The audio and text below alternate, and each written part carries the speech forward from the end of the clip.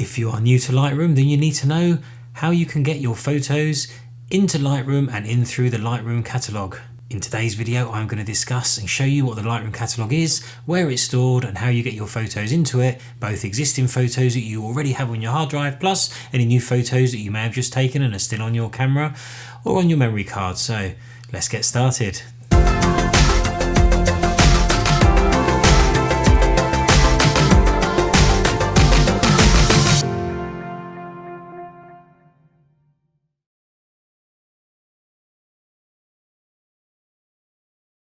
So if you've been watching the channel recently, you would have seen the last few videos where I am trying to help anyone that's new to Lightroom get involved in Lightroom Classic and download the application from the Adobe website, install it. That's what we've already done. We've had a quick look at the library module. We've looked at the prices and the plans and things like that.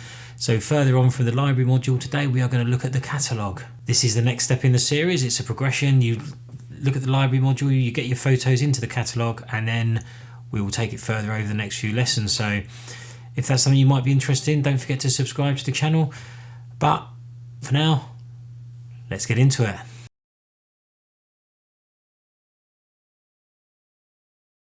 So firstly, what is the Lightroom catalogue? Well, Adobe's website describes it well when it says it is a Lightroom catalogue is a database that tracks the location of your photos and information about them. When you edit photos, rate them and add keywords to them, or do anything to the photos in Lightroom Classic, all those changes are stored in the catalogue. The files themselves are not touched. Okay, so that bit's important. As I've said all along, that the Lightroom is non-destructive, so your original photos will not change no matter what you do to the editing in Lightroom. So when you open or install Lightroom for the first time, a new catalogue is created, and it is generally stored in the pictures folder. So it would be something like username, so it could be user Richard Chubb /pictures /Lightroom. You can see the full directory in this setting here. So here we go. It is home, that's the hard drive, photos, Lightroom. So obviously I have mine on my external hard drive, which I'll come to in a second. But wherever your location is, if you go to Lightroom Classic, Catalogue Settings, and you can see on the General tab where your Lightroom catalogue is being saved. There are lots of other settings here too that we're not really going to get into at this stage, but the one that I would check is the backing up of the catalogue. Now here I've got it back once a week when I exit Lightroom. Really important to note that this is backing up your catalogue, not your original photos. Don't confuse the two. You set this to how often you want to back up your Lightroom catalogue, but you have to do a second backup of your actual photos on the hard drive. So bear that in mind, but I find once a week is pretty good.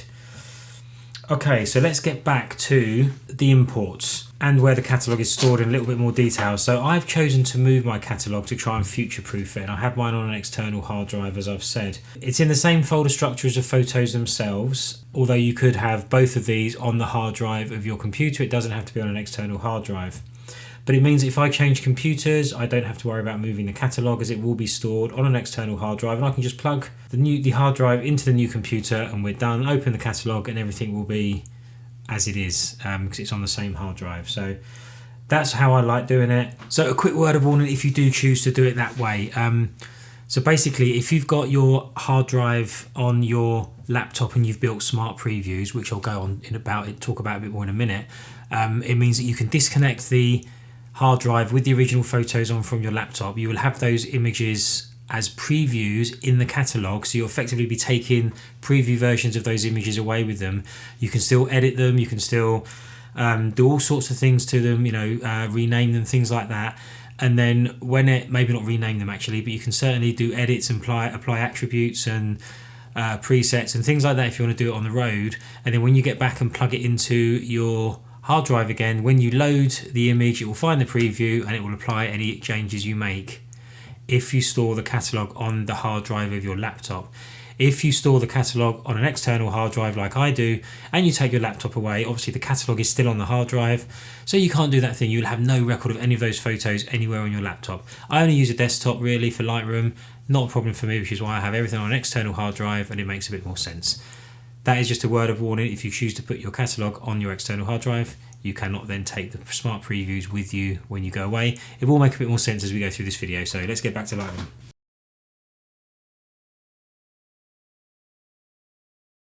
So let's look at how we're going to get our existing photos into Lightroom and synced into the Lightroom catalogue. Excuse me.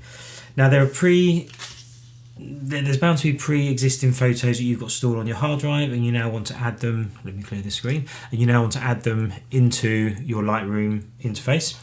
So for the purpose of this, you can see over here I have removed all the images from the catalogue. There are no here at all. Which is basically replicating a new install of Lightroom or a new catalogue if you've just installed it for the first time. There are two ways that you can add images to your catalogue for photos that you've already got stored on the hard drive. So firstly, make sure that you are in the library module, obviously, and you go into your Finder window and you navigate to the folder where your images are saved. So mine is in the library folder.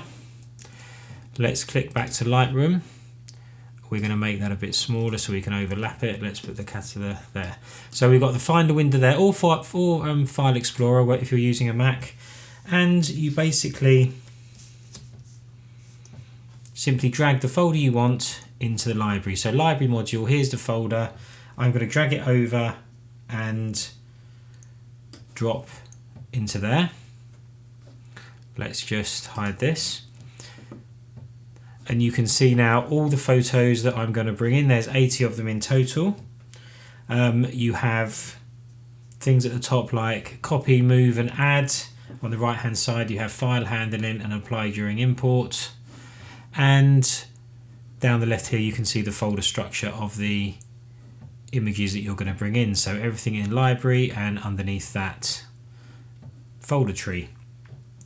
Remember that screen, because I'm just going to cancel that a second and show you the second way real quick.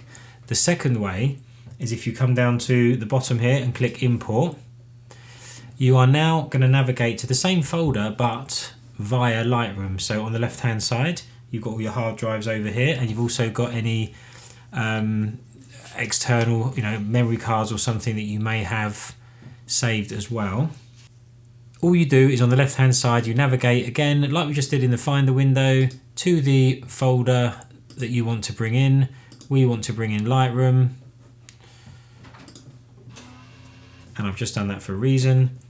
And you may be left with this blank screen. Do not panic, because basically at the moment you're asking it to bring in any photos that are in just the library folder. It's not looking at anything else. So if you are bringing in images in that folder and ones in folders beneath it, then you must click the include subfolders here or the include checkbox up here. It doesn't matter which one you do, but as soon as you do that, it will bring up all these folders and the images in these folders. And we are now at exactly the same screen as I said we would be at, or I took off the screen a moment ago when I was doing it the first way. Remember when I dragged the folder in from here, it gave us this screen as well. And here they are side by side, just to prove that doing it both ways is okay. It depends on which you prefer. So once you have them on the screen, we now have to go through and look at a couple of import options. So up here in the middle, you need to tell Lightroom how you want to add the photos to the catalogue. As you don't want to move them on the hard drive, you don't want to duplicate them or anything like that, we're just adding them to the catalogue. We want every single photo included. We are going to leave it on the add option. We don't want to move them, like I say, we're going to leave it on the add option. And that is all we do up at the top there. As it says here, add photos to the catalogue without moving them. We're going to cover the other options in a bit, but for now, we're just using the add option. And over here, there are a couple of things you just need to look at before you press the import button. We have to tell Lightroom how to handle the files after or as it imports. So in file handling, it says build previews, and there's several ones. Well, a preview is an image is an image stored in Lightroom, as I mentioned at the start, independent from your original on the hard drive. So it's like a copy, if you like, a preview copy that's in Lightroom that you can mess around with as much as you like. It saves the original out there, and there's various different previews that you can previews that you can use. So heading back to the screen over here on the right hand side, let me just make that a little bit clearer because I've just looked at a line that I've written down here on my notes. Basically, Lightroom will create a preview. Any changes that you make to that preview will then be applied to the same photograph when you load that photograph. That was an easy way of saying it, wasn't it? Okay, so back to the computer again. Let's see what options we've got. Drop down box. Minimal preview gives you a fast import, but the previews are small and pretty much no good for anything really. Embedded and sidecar previews means if there's a JPEG embedded into the raw file, then it will use this as the preview. Standard generates a smaller JPEG preview. The size of the preview is based on your monitor, or it can be. You can set it to be auto, so it will give you the best preview size based on what monitor you're using. So it won't set up a preview that's too large or too small. If you want to change this, then you can go into Lightroom Classic, Catalogue Settings, File Handling, and you can change the size of the preview here. I'm leaving it on auto. Let's go back over to the right hand side. And finally, there is a 1:1 setting, which is larger and takes up a lot more hard drive space. And as a result, you can ask Lightroom to delete the preview images, not the original photo, just a preview image that Lightroom has created after a certain amount of times. And the default is 30, I believe. And again, Lightroom Classic, Catalogue Settings, it's in the same place. Automatically discard 1:1 previews after blah, blah, blah. If you say never, expect your Lightroom catalogue to take up a lot of space over the coming weeks and months. So that's 1:1. I leave it on standard because that's good enough for me. Next up is, do you want to build smart previews? So this is the one that I said where if you want to edit these images while not being connected to the originals on the hard drive, this is what you would tick and it would build smart previews. I'm on a desktop. I'm not going to take my desktop anywhere else. It's going to stay on my desk. It's going to stay connected to my hard drive. I do not want to build smart previews, but if you are going to take a laptop somewhere and you think you want to work on your pictures while you've left your hard drive at home, tick that box. Next is we have don't import suspected duplicates. So if it finds a photo that it thinks is a duplicate, it will not import it. I don't tick that because I'm happy to have everything come in, and I'll deal with any duplicates at a later date. Make a second copy too. This option is greyed out because it becomes active when we ask Lightroom to copy or move images. We'll take a look at this when we import from a memory card, but it's self-explanatory if you want to send a second copy to another catalogue or something, or another place on your hard drive.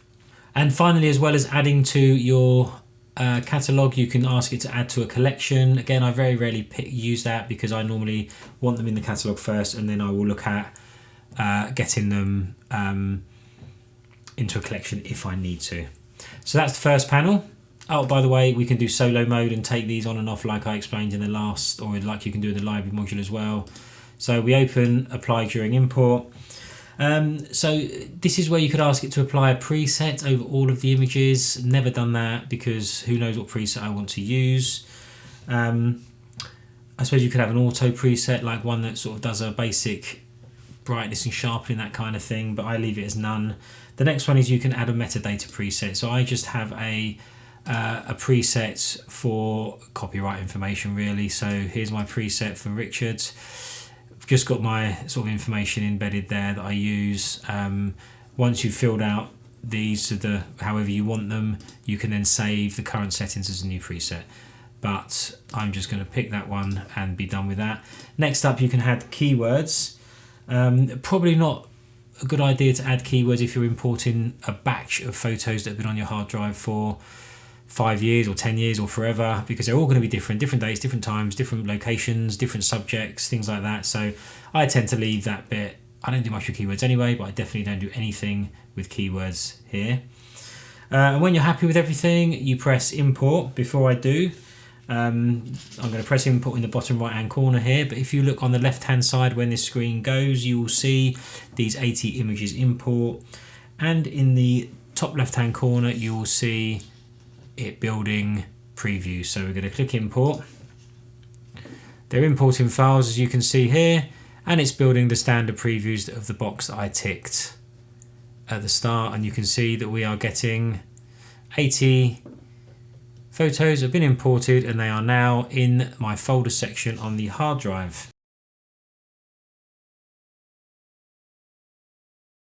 So that is basically how you add images to Lightroom that are already on your hard drive, and you just want to get those existing images into your Lightroom catalogue. Next up, we're going to look at what we do if you've just come back from a shoot, you've just come back from a day out or a holiday, you've got the images on the hard drive, or on the memory card, and you just want to now get these into the Lightroom catalogue as well. So yes, we are going to go back to Lightroom and take a look at that. So I do find the easiest way is to import from a memory card. You could probably connect your camera, but I just pop the card out my camera and I always have a card reader connected, so I just find this way a lot easier. Now before you start, there is one box that you can check in the Lightroom setting panel. So here there's an option where it says the show the import dialog when a memory card is detected. So what will happen is in a second I'm going to put this card in and it will automatically ask me if I want to import anything. Handy, but remember that if you do that and then you connect an iPhone to charge up or something, it will also do the same thing. It might pop up with a window saying do you want to import anything. So I'm putting the card in the memory in the card holder now.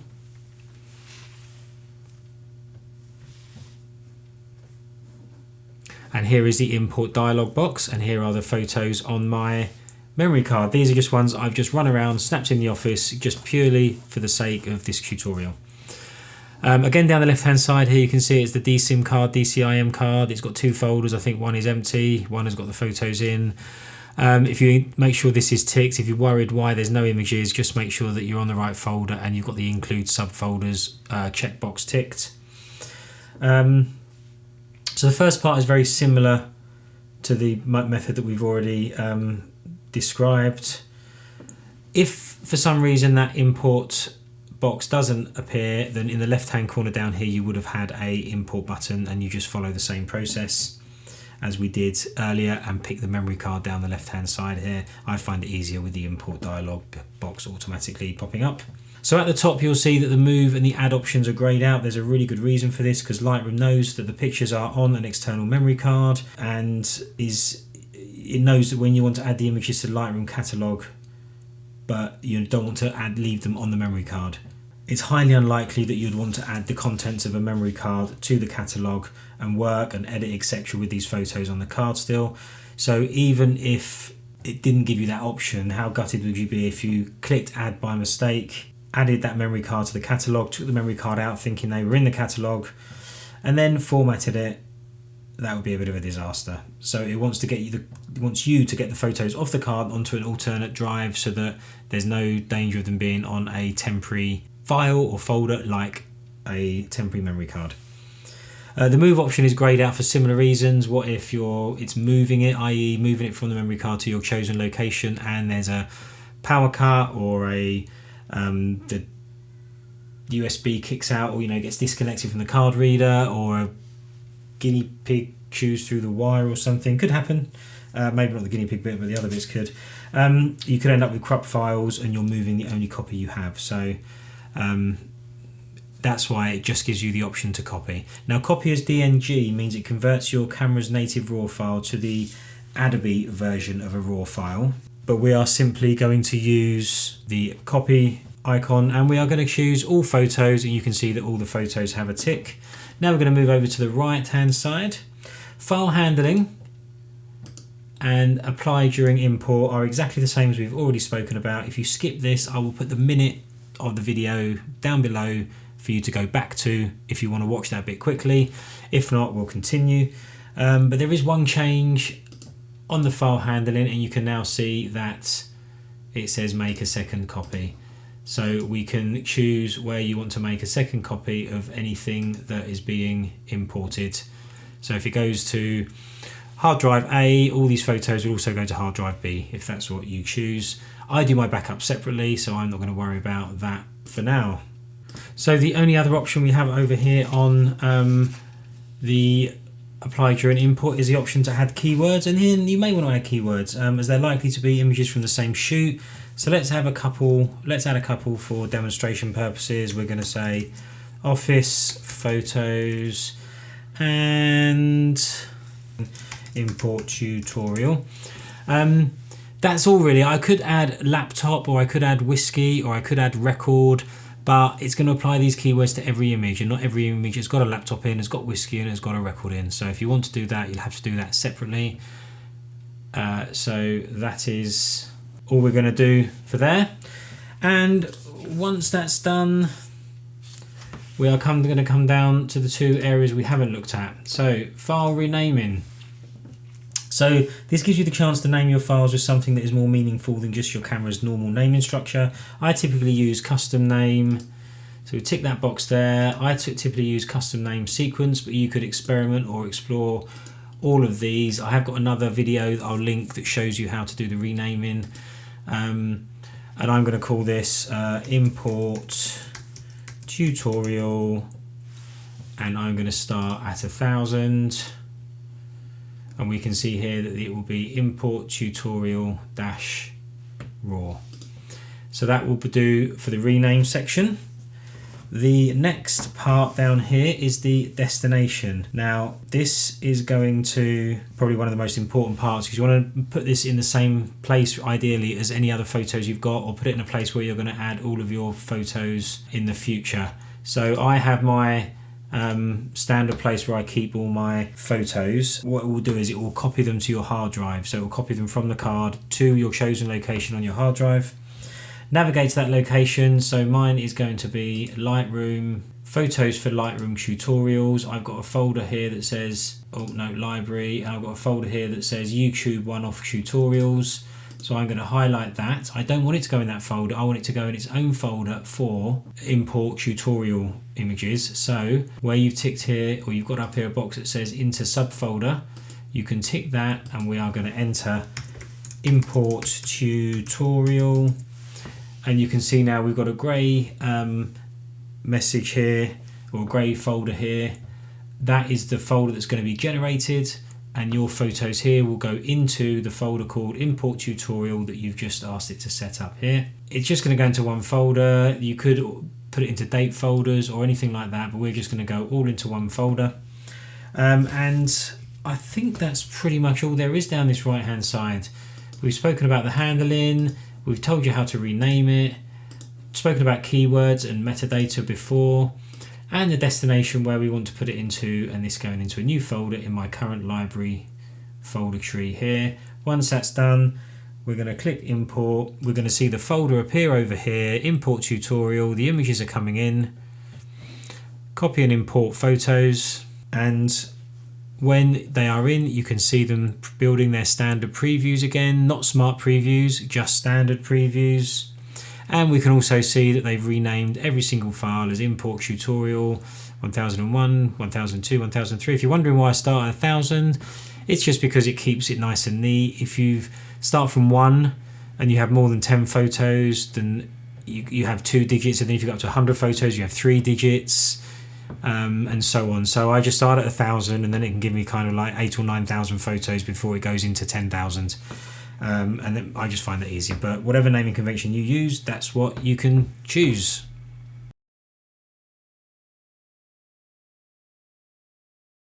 So there we go, that was a bit longer, that one. I'm sorry about that. I hope it all made sense. If it didn't, ask me something down below, and if I don't know it straight away, I will take the time to find out and let you know. You know how to import your new photos and your existing photos into the Lightroom catalog. You know where the Lightroom catalog is stored. You can rename the files as you bring them in. You can apply presets if you want to. You can apply keywords. You can apply, or you can add metadata as well. So all good stuff.